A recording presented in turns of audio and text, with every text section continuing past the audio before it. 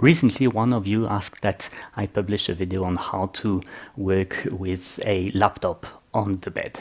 And my answer was, well, you should not work with a laptop on your bed. Sometimes I'm a bit of a dumb ergonomist, but I really believe that the bed is meant to sleep or any other activity you like, but not to work. Now, for this movie, well, I've considered that, let's say you have no choice. I don't know why you would have no choice, but let's admit that you have no choice. And for the sake of the intellectual exercise, we're going to try to look at the problematics that are behind this idea that you should work in bed on the laptop.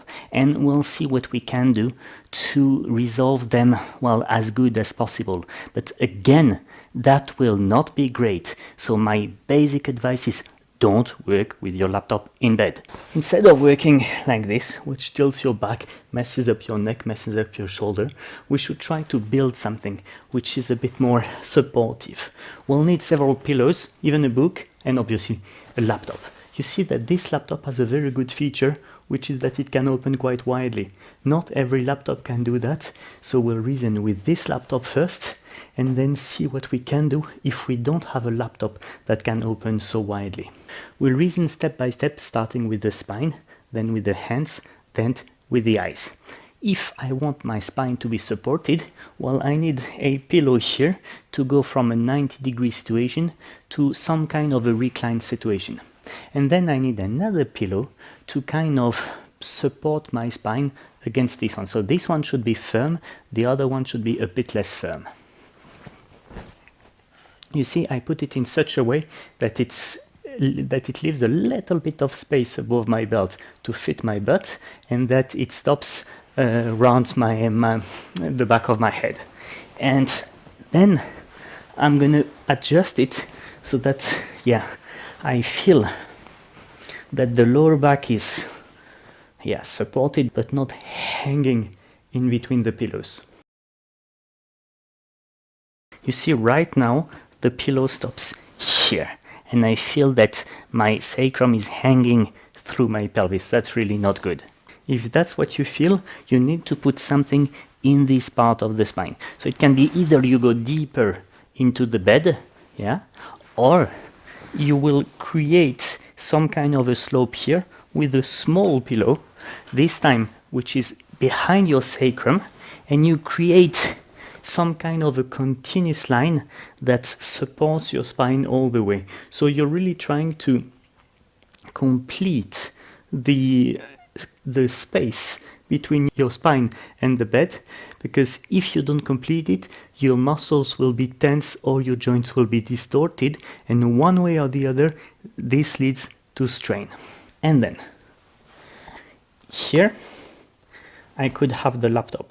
But you see, the problem is that my hands are above the keyboard, and therefore I will have to spread my elbows, and this is going to mess up my neck. So what am I going to do? I'm going to raise the laptop. The only thing I've found is to use a book. So I'm taking the book. This part is directed to the laptop so that it doesn't open like that. So the book is on my belly button, and the laptop rests on the book. And we see that now when my elbows are against my sides, I'm on the keyboard. And the next step is to look for the right orientation for the screen. You see, my line of sight is like this. So I'm putting the laptop screen, say, in such a way that the screen is perpendicular to my line of sight. And, well, again, that's not a great posture, but I've just managed to work for 15 minutes or so like this without much pain. What I don't like so much is that, the laptop has a tendency to slide on the book, so probably there's something more elegant than this, but at least this everybody can do at home. Now, what if your laptop can't open as widely as mine? You see, if it's here, the screen is oriented to my belly, I don't see anything. If I use the book, it's better, but not much better. What I actually need is the laptop to be somewhere like this. So I need to complete this space with something. And I think that what fits best here is some kind of a pillow.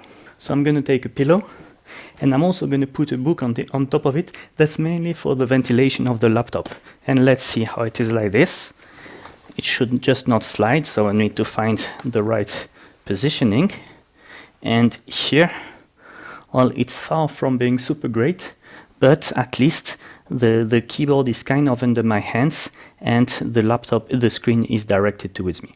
In this configuration, I feel much more stuck by the laptop screen. I feel I work like this, so it's less comfortable for me, and there's a bit of pressure under my left carpal tunnel, so you know that's maybe something I can adjust a bit with the angles, but you know, depending on the angle, then the laptop starts to slide. So again, that's kind of okay for a few minutes.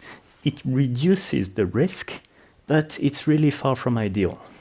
So you see how I've proceeded. I've tried to shape my spine in such a way that it offers a kind of continuous line from the lumbar to the mid-back to the neck.